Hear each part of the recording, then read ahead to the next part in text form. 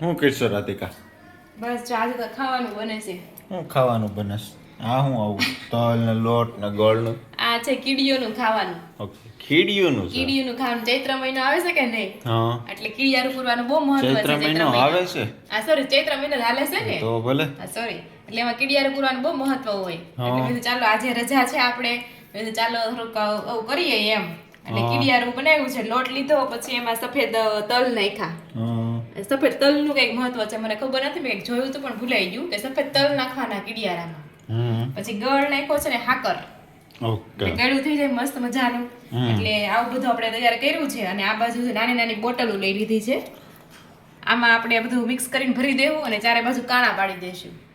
અને આ બાજુ આપણે શ્રીફળ હતું, ઘરે જ આપણે શ્રીફળ વધાર્યું ને ત્યારે આડું ફાટ્યું હતું.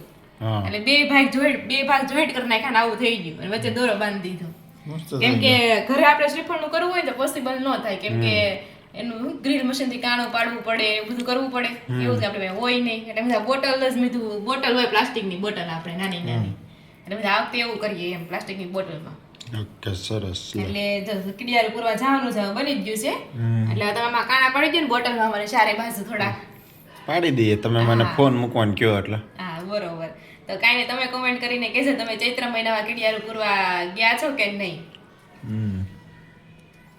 અને હા, એક સવાલ હતો, એવું કેમ હશે કે ચૈત્ર મહિનામાં જ કીડિયારું પૂરવાનું? ઈ પણ કોમેન્ટ કરીને કહેજો. મને તો નથી ખબર, પણ આજે એમ વિચાર આવ્યો કે એવું કેમ હશે એમ. ચાલો કોમેન્ટ કરીને કહેજો એટલે મને ખબર પડી જાય. હા.